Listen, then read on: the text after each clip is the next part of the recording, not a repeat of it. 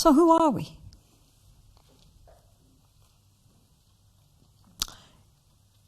The whole of Buddhist practice is designed, as I say, like the GPS, enlightenment for the sake of all beings. What does enlightenment mean? It means to wake up and abide in our essential nature, which is our Buddha nature. The reason why wisdom and compassion are so closely aligned is because the clearer that we see how things really are, the greater the compassion, because nobody knows that. How sad. All the time we're Buddhas and we don't even know. We think we're who we think we are. And so we suffer. And we cause suffering to others. And we mess everything up because we don't know. And so the clearer those great masters see this, the greater their love and compassion for us all. It's not just about having, compassion for sad little puppies. It's about seeing the whole condition and how we want so much to be happy. But because of our delusion, we create so much suffering for ourselves and for others. And that's terribly sad. We are just caught up in our delusion.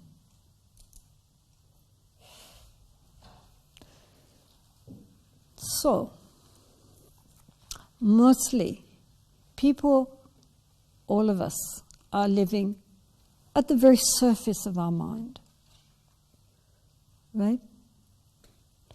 We are living on the waves of the ocean. Up and down, up and down, up and down, very surface, caught always in our chatter, endless, like having a television on that you can never turn off in your head. Endlessly going on, all the commercials and all the endless soap operas and all the, nonsense that's on anybody's television. It's all in our head. Blah, blah, blah, blah, blah, blah, blah, blah, blah. The sad bits and the happy bits and all the memories. And all the hopes and fears. Blah, blah, blah, blah, blah. Can't turn it off. But there's another level. Our mindfulness. The ability to observe that without being drawn into it. Right? So in the shamatha practice and in the vipassana practices, we're honing that skill. To be able to observe and witness the mind without being drawn into the mind. Just seeing thoughts and emotions as thoughts and emotions, not me, not mine, just. So that's already a huge step forward. Right? We had the chattery TV mind is just the gross mind. And there's the ability to observe that, which is a more subtle level of mind, mindfulness, right? Nowadays, mindfulness is the big thing, and it's good. I mean, people say ordinary people shouldn't be taught mindfulness because they don't know it's Buddhist. Who cares? If we are able to help people to disassociate skillfully from their thoughts and their emotions and just to recognize thoughts and emotions as just thoughts and emotions, so that we are more in control of our mind instead of being controlled by our mind, then that's a good thing. Even just that. I mean, the ego, which is the conceptual thinking mind,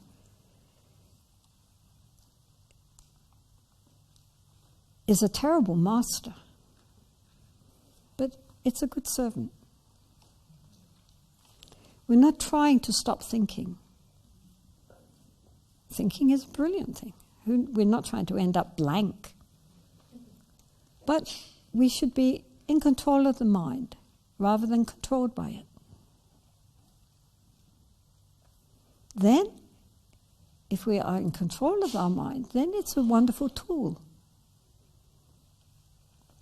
But as long as the mind itself with the ego is in control, then we are enslaved, and by a very pitiless master.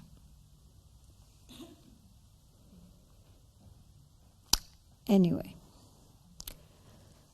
so the ability to be present, to observe, to be mindful is the more subtle level of the mind. But it is still caught in duality, right? We are mindful of something. We are mindful of breath. We are mindful of postures. We are mindful of sounds. We are mindful of sensations, as in the Vipassana movement. We are mindful of the mind. So there is an observer and an observed. Now this is already a big step forward, right, from being normally just swept along by the current of our thinking. But it is still dualistic. Nonetheless, mindfulness, well cultivated and clear, it's like a bridge between the ordinary conceptual thinking chattery mind and the deeper fundamental level of our mind, which is called the nature of the mind, or our Buddha nature, or Dhammakaya, or anything you want to call it. I mean, you are putting, again, truly, names to the nameless. But by cultivating mindfulness, which anyone can do with practice, anybody can think, in a second we can become present, Be aware of sitting. Be aware of sitting.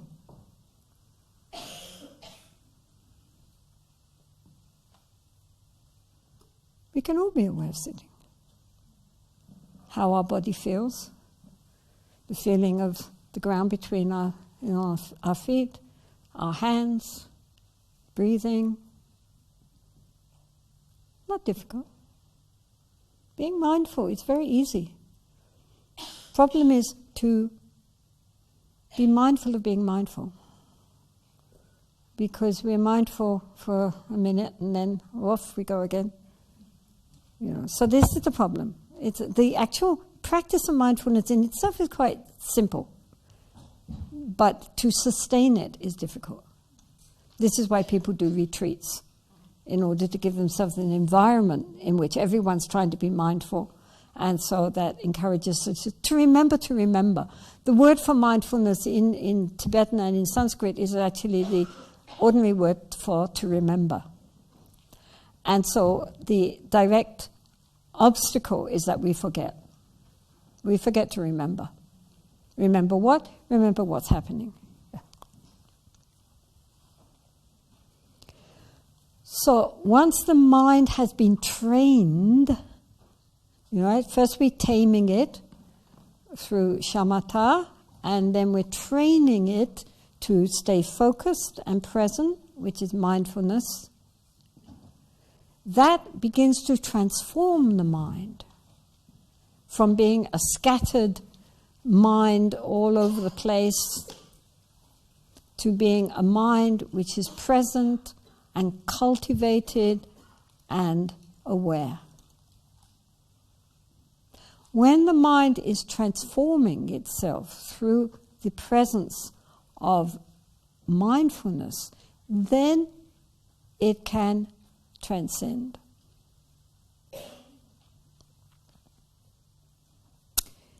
The nature of the mind is inherent. It's primordially present. We do not have to create it. it is always there. So whether we're ever so good, or ever so bad, nature of the mind could care less. It's got nothing to do with it whatsoever. So the nature of the mind, our true nature, who we really are, if we want to think of being anybody, the true nature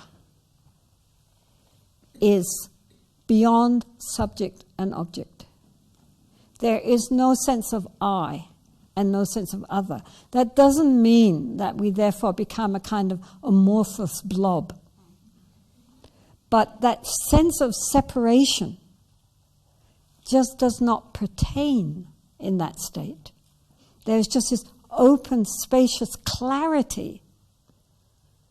So the nature of the mind is described as being empty.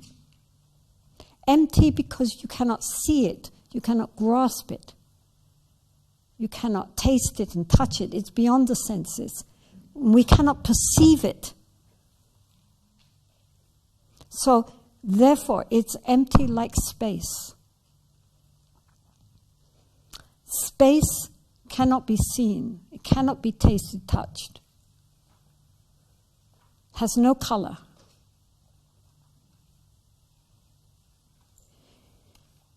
If you were asked what was here in this amphitheater, in this theater here, what was there, you would say, well, there was a screen and there was chairs and there were all these steps and chairs and people and lights. But what there really is space. With no space, there would be no people, there would be no chairs, there would be no there wouldn't be anything. Everything exists because there's space.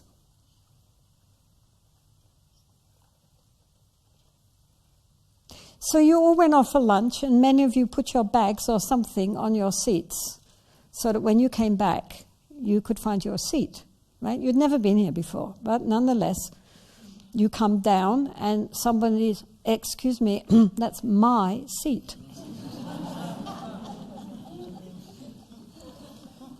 Truly. I mean, these nuns in front, they know. In Dharamshala, you can have fisticuffs, especially with Tibetan grandmothers.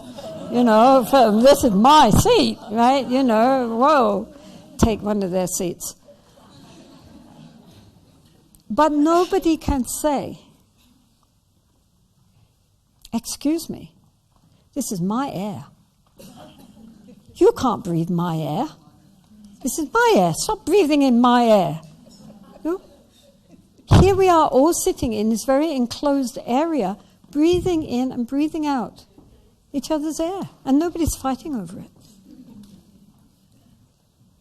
Because space cannot be possessed. We cannot say, this is my space. Yeah, this is my seat. You can't say this is my space. Space is space. And then those seats, which we're so attached to, if they are analyzed down, themselves are space.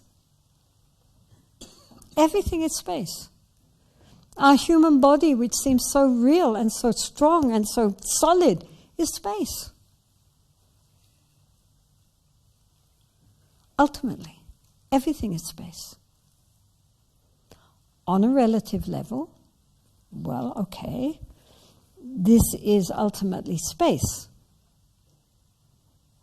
But if I threw it at Dekila, she would feel it and she would bruise and not be happy. Because on a relative level, on an ultimate level it's space, on a relative level it appears how it is.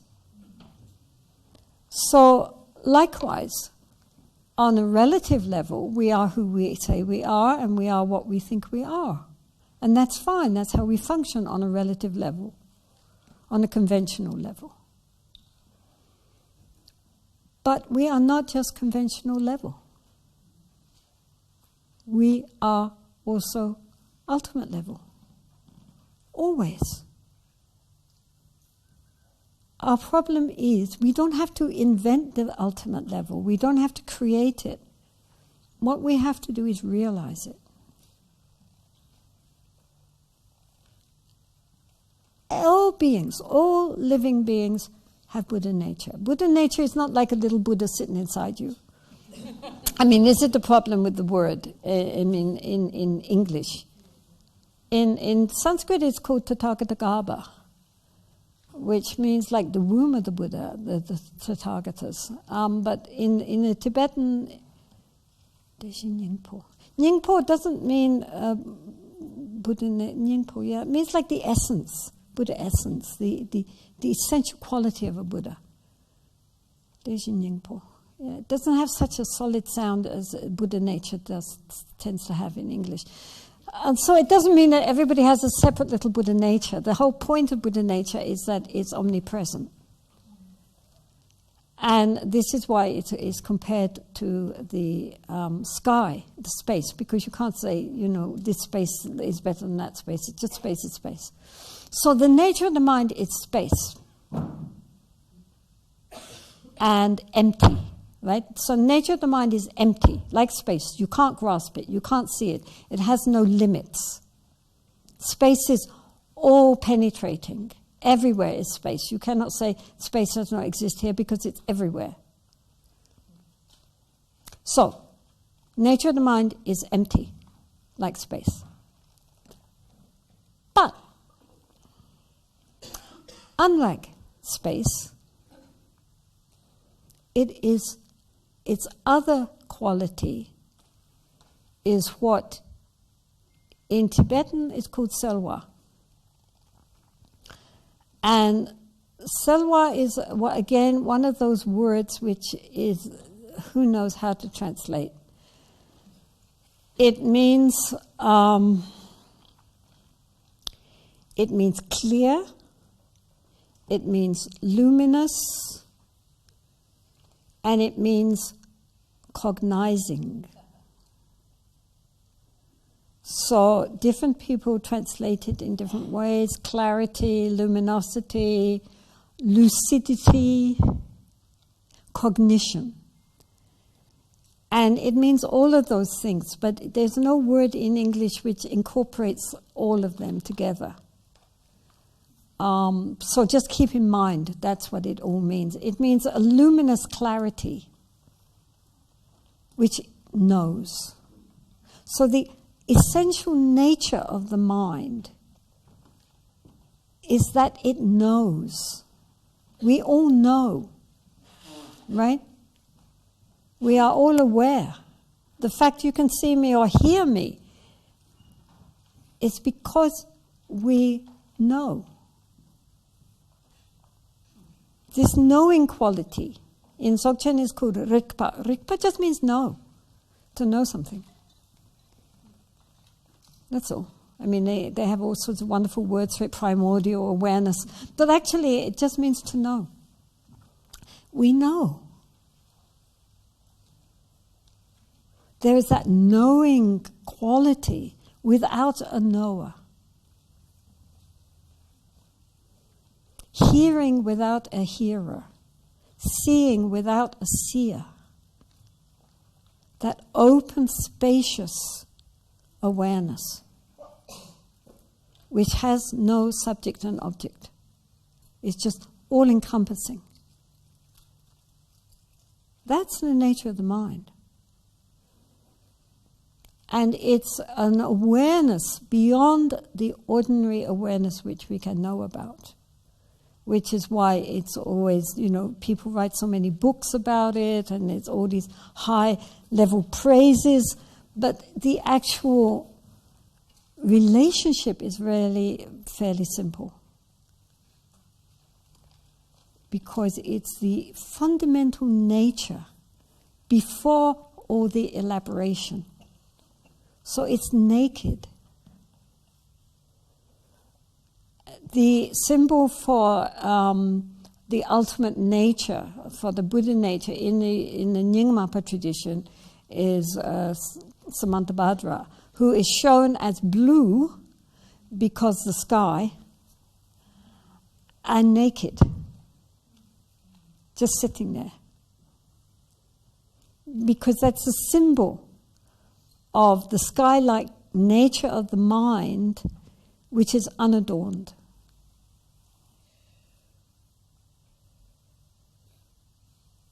Yeah?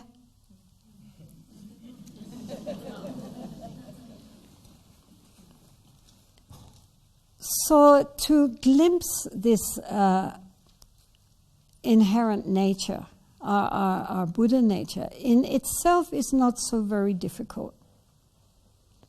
Because it's who we are anyway. So, I mean, there's no reason why we shouldn't see it. And you know, it's like looking in a very, very cloudy sky. And you look up, I mean, especially in India in the monsoons, the clouds, you know, the monsoons go on for month after month. And all you see when you look up are thick clouds. And so we think, oh, the sky is clouds. If you say, well, what is the sky? Well, the sky is all these thick black clouds and occasional rainbows. But if we keep looking, then one day we see the clouds part. Ah, there's a blue sky. Blue sky is always there. And then clouds back. When we go on plains, that's a very good example. You know, you go through these thick clouds, and it's thick. You look out, and it's all just thick clouds, and then suddenly, whoosh, and we're above the clouds. And you look down, and there are the clouds, but there is a vast blue sky. And that's the point, that we are the vast blue sky, infinite, never ending. We just don't know. And we identify ourselves with all the clouds, white clouds, black clouds, and we don't know the sky. So therefore, in all Buddhist schools, the first breakthrough is to glimpse the sky. In the Theravadan system, this is called entering the stream. And in the Mahayana system, it's sometimes called turning in the seat of consciousness, or, you know, having a direct experience in the nature of the mind, or entering onto the first bodhisattva stage, the first bhumi. It's a breakthrough. Satori, Kensho, in Zen. It's a breakthrough because although we are not yet living in that reality, nonetheless now we know we are not who we think we are. That is an enormously big step forward, because we can read about it and we can think about it, but until we actually experience it, it's not going to transform. Do you understand? So it's very important, and in the Tibetan tradition, especially in Nyingma Kagyu tradition, there's a lot of emphasis on finding a teacher who will give you the pointing out instruction. Pointing out instruction is pointing out the nature of the mind. And he can't do it for you forever. You know, I mean, obviously if the Buddhas and Bodhisattvas could, you know, get us all enlightened right away, they would. They can't do that. What they can do is at least give a little opening. Then, from that point on, my Lama one time said that when you see the nature of the mind, then you can start to meditate. Because that's when you get to, now the point is to expand that little glimpse and sustain it more and more. This is also the reason why even great practitioners do a lot of practice. It's because always they're honing it more and more and more. Also so that even during sleep, one can be in that state. So that it becomes natural, more and more natural, and not just something which appears and then goes again. But the point is that it's always there. Whether we see it or we don't see it, whether it's all clouds or no clouds, the sky is the sky. And that is our true nature. So this is a very important point to recognize. So when we don't know, then that's ignorance. And when we do know, then that's wisdom, right? So it says here, the third Dharma, the third one, the one we did before, with the Vipassana, emphasized selflessness and emptiness acquired through meditation. But emptiness is not nothingness. It has wisdom and love and a great ability to project our whole realm, actually. So, yeah, so mind, it knows. I mean, the point about the mind, the essence of the mind, is this knowing, which then projects out our reality like a movie theater. You know, the projection illuminates the movie in front of us. And then, as long as we recognize it's a movie, there's no problem. Problem is when we believe it to be exactly how we think it is, then we have problems. Because it's just a movie which we're projecting. And the level of that mind is also, as I say, it's an interconnection with all beings. It's not, you know, normally we feel very separate and people are always trying to connect. But the level of the nature of the mind is this total interconnection. That is who we are. We are not separate from all other beings. We are totally interconnected with all other beings. It's very important that we recognize that. That's why compassion comes naturally. Okay, so it says the state of ordinary people, that's us, is like gold, pure gold, covered by mud. So when we look, all we see is mud. We see a big ball of mud and we think, bleh. We look at our mind and we think, oh. But all the time, encased in that mud is the gold. And the gold is never, ever affected, however thick the mud surrounding is. That's the important thing. We should not identify with the mud. We have to recognize that the mud is only covering over the pure gold of our true nature, the luminous nature of the mind, which shines forth. We've covered it up. But if we could just get rid of the covering, it's always there. It's always shining. You couldn't even hear me or know anything if it wasn't there. This is the nature of the mind, but we don't recognize it. This is why we need to go through all these stages.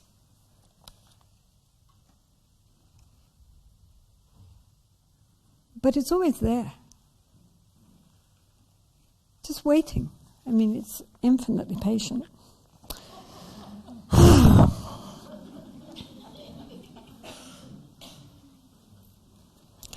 So, it says, our Buddha nature is covered by temporary obscurations, but the main obscuration is our fixation on subject and object dichotomy and the sense of our separation from all other beings. There's me, and then there's everything else which is other.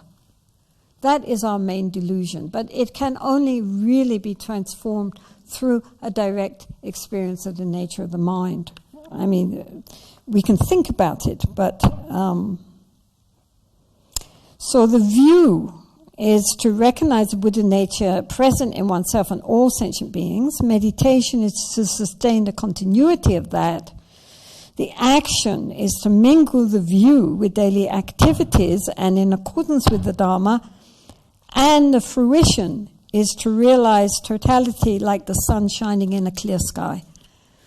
So, yeah, so the point is all these meditations that we are doing, especially mindfulness, is to lead us back to recognizing our true nature, which is everybody's true nature.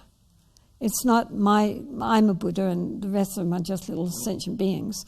I mean, throughout the day, to recognize that every single being we meet is potentially a Buddha. But they don't know it. So they suffer. And they cause others to suffer. Because we don't know. once we wake up to recognizing the true situation, then everything changes. We don't have to externally change. Inwardly, we see with a pure perception, all these beings, they're all Buddhas. Of course, what else could we be? And of course, Buddha nature is not just inherent in human beings. It's inherent also in animals, in insects, fish, birds, anything which has sentience, consciousness. Their ultimate consciousness is Buddha consciousness. So there's no big divide between humans and animals. We have more intelligence, but our essential nature is the same. So therefore we're all interconnected. So I just would like to read you, because I think it's very poignant on the question of it's this quote from Mingyur Rinpoche. Who has never heard of Mingyur Rinpoche? Okay, good. Okay, so Mingyur Rinpoche, he's a Lama. His mother is Nepali, his father is Tibetan. His father was a very well-known in Tibetan circles Lama called Urgyen Tuku. Very lovely Lama. And he had 4 sons, all of whom are recognized as incarnate Lamas. And Mingyur Rinpoche is the youngest of them. And he was educated, actually, he was brought up in a monastery very close to where we live in India. So I've known him since he was a kid. So Mingyur Rinpoche was brought up as a tuku, as like a Dharma prince. And he did his first 3-year retreat when he was 13. Then he went into the monastic college and studied. Then he did another 3-year retreat. And then his brother, all his brothers are quite well-known teachers, but his special brother, Soknyi Rinpoche, one time wasn't able to give some teaching somewhere, so he asked Mingyur Rinpoche to step in. And so Mingyur Rinpoche did so and has never stopped since then, basically. Anyway, he had therefore had many thousands of students and a whole organization set up, and he built a huge monastery in Bodh Gaya where the Buddha got enlightened, and so forth. Then, some years ago now, he decided he had had enough of that, and he wanted to leave everything behind and wander around like a beggar.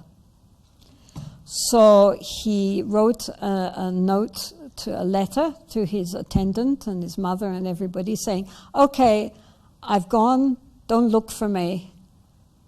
In a few years I'll come back. And off he went. He left at midnight. He had planned it all. He'd got new locks so that he had a key so he could get out through the front door. And I mean, he's written a book about it. Anyway, he left and he went off and he had a hard time because he was a Dharma prince. He'd probably never handled money in his life. He'd never bought a ticket. He'd never done anything for himself because he had all these, attendants since he was small. And suddenly here he was all by himself with very, very little money, trying to make his way. And so there he was in a third-class train, sitting on the floor next to the toilets, very smelly toilets in the third-class trains, and miserable. Anyway, he goes through a lot of troubles, and he's very, very honest. It's an interesting book also because he is so extremely honest about all that he went through. And then he ends up in Kushinagara, which is where the Buddha died. And he's living in Kushinagara. And one man comes to ask him for some meditation teaching. And he said, can you teach me anything about meditation? I've been doing meditation, but it doesn't seem to be working. Could you give me some advice? So, of course, immediately Mingyur Rinpoche snaps back into his Dharma teacher role. and starts helping him with his meditations. And then the guy goes off. And meantime, Mingyur Rinpoche has run out of any money, and so now he has to just take the leavings at the end of the day from the local, restaurant. And so he gets food poisoning. And then he nearly dies, and he's living outside because he has no money anymore. He's living outside in June in Kushinagra, which must be like a hot hell. And then he is there. He has vomiting, diarrhea, severe dehydration, and essentially about to die. And then he has this experience.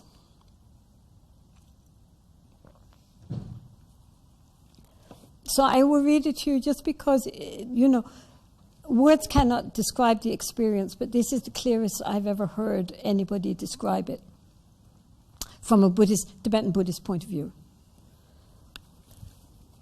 How are we doing? Oh, yeah, we've got loads of time. Okay.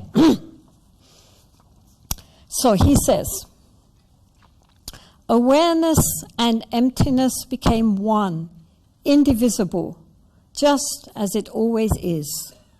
But the recognition had never been this complete before. The last shred of cohesion slipped away. The entire universe opened up and became totally unified with consciousness. No conceptual mind. I was no longer within the universe. The universe was within me. No me separate from the universe. No direction, no within or without, no perception or non-perception, no self or non-self, no living, no dying. The internal movements of the organs and senses slowed way down to minimal functioning. I still understood what was going on, but not through commentary or voice or image. That kind of cognition no longer presented itself. The clarity and luminosity of awareness beyond concepts, beyond fixed mind, became the sole vehicle of knowing. I was no longer bonded to any sense of a distinct body or mind. No separation existed between me, my mind, my skin, my body, and the rest of the world. No phenomenon existed separate from me. Experiences happened, but no longer to a separate me. Perceptions occurred, but no reference back to anyone. No references at all.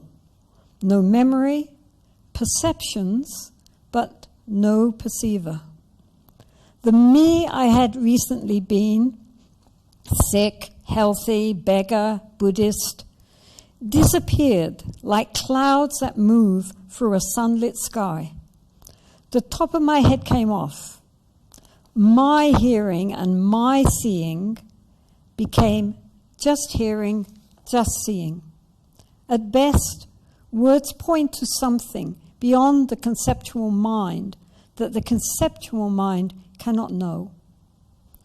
As a drop of water placed in the ocean becomes indistinct, boundless, unrecognizable, and yet still exists, so my mind merged with space. It was no longer a matter of me seeing trees, as I had become trees. Me and trees were one.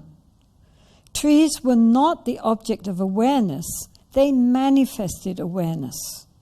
Stars were not the object of appreciation, but appreciation itself. No separate me loved the world. The world was love. My perfect home, vast and intimate.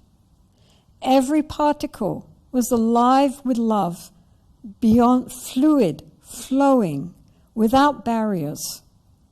I was an active particle, no interpretive mind, clarity beyond ideas.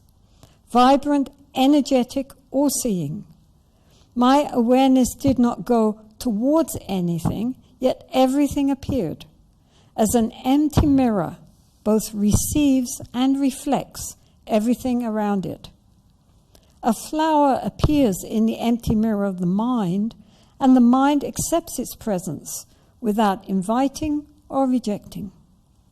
It seemed as if I could see forever, as if I could see through trees, as if I could be trees. There was no individual anything, no dualistic perception, no body, no mind, only consciousness. The cup that had contained empty space was broken, the vase shattered, extinguishing inside and outside. So, if you want to know what the nature of the mind is like, it's like that. At least if you've done 6 years of preparatory meditation.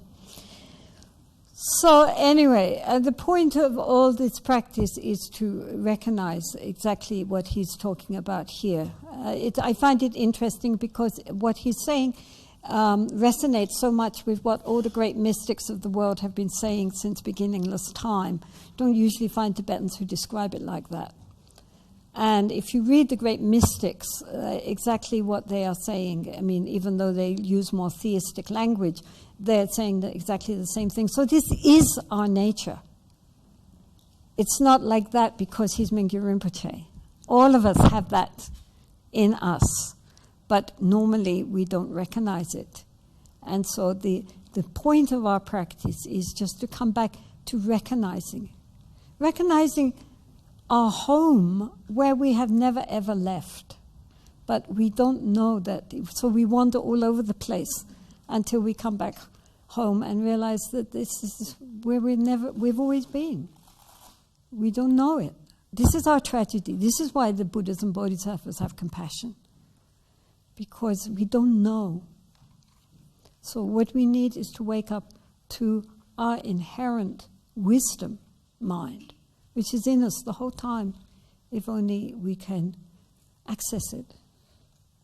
Like the gold in the mud. Don't identify with the mud. Recognize the gold. Okay, so we have a break, and then when you come back, maybe for 20 minutes, and then we can have questions and answers.